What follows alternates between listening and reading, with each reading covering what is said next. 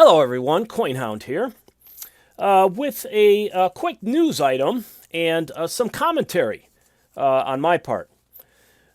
This story appeared in Coin World just a couple days ago. Van Buren presidential silver medal sales to begin in February.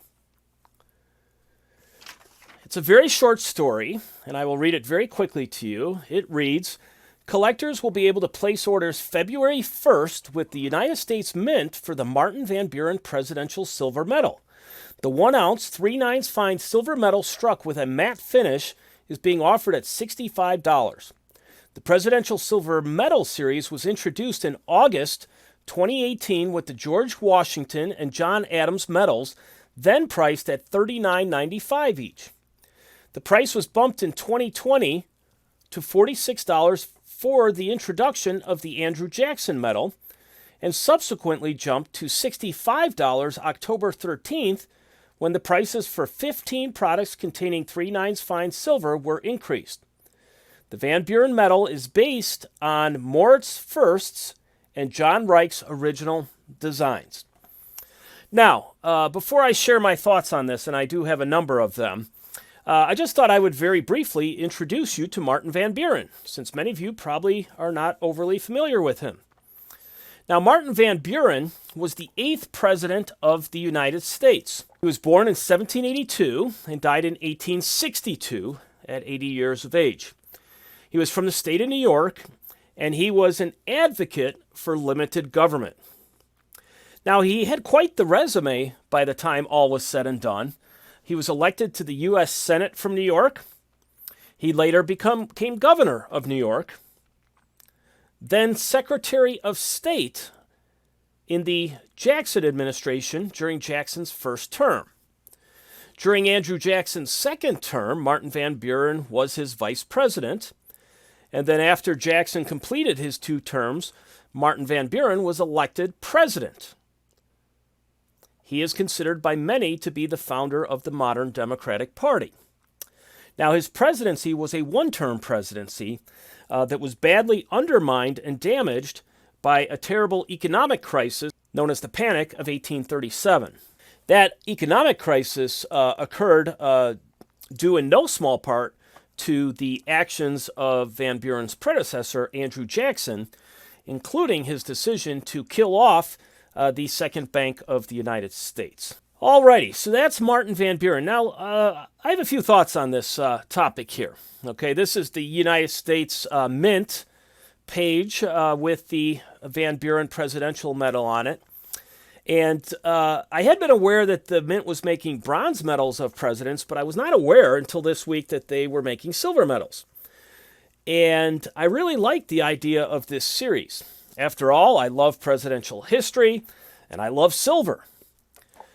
But what is with the price of $65 for a 1-ounce silver medal?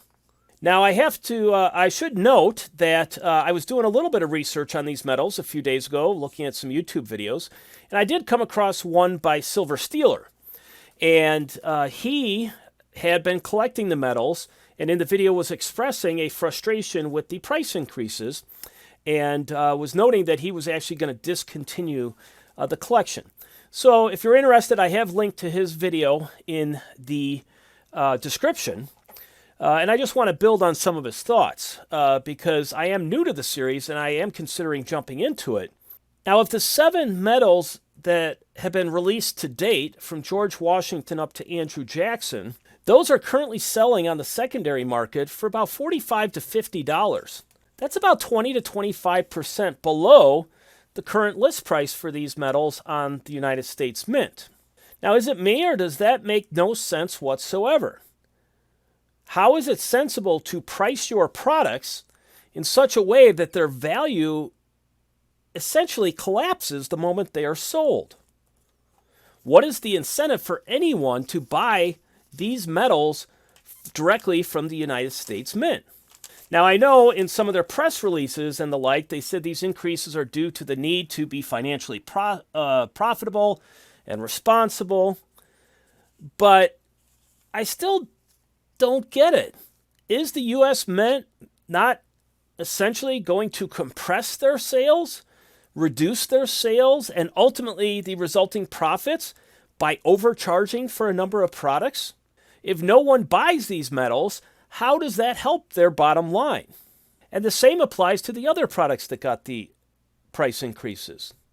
To ensure robust sales, wouldn't it make more sense for these metals, for example, to price them in the $45 to $50 range, consistent with what they go with on the secondary market? That way, a purchaser could be confident that they're not going to lose money the moment they buy the metal. Now, that all said, I did decide this week to retroactively go back and purchase the first 7 metals of the series. But I did so on the secondary market at $45 to $49 each. Now, when it comes to this Van Buren presidential medal, these presidential medals are one of the enrollment programs that you can sign up for and get them automatically purchased and sent to you. And to me, that idea sounds really neat. I actually like getting stuff directly from the U.S. Mint. I think it's a neat concept, getting that package and opening it up.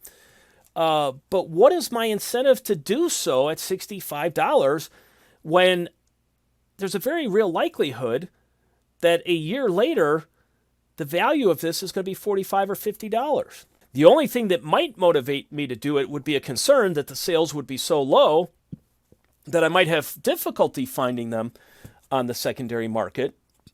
But is really that big enough of an incentive? Now, I also want to add that there are other products affected by this. There were a number of other silver products, as the Mint calls them, of numismatic value. But also there were significant prices to the bronze metals they produce of various types.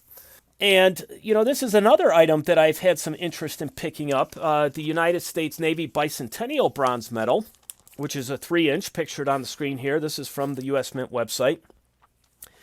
I am a Navy veteran, so that is something that would be really neat to have in my collection. But $160. A year ago, these were $40. I'm guesstimating. I think it was a year ago. It wasn't that long ago. They were $40.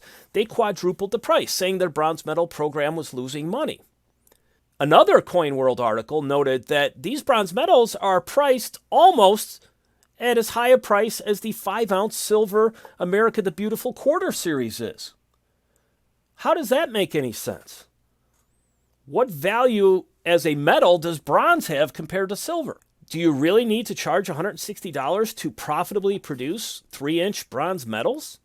Wouldn't you sell a lot more if it was a reasonable price? Now, for this one, I've gone on eBay and looked around a little bit, not extensively, but a little bit in the secondary market, and they're not available at the moment in the secondary market. So I've kind of got the choice. It's either $160 or don't get it. And I'm leaning towards the don't get it. It's hard. How do I justify paying $160 for a bronze medal? What are your thoughts on this? Am I wrong? I mean, does any of this make any sense regarding the pricing?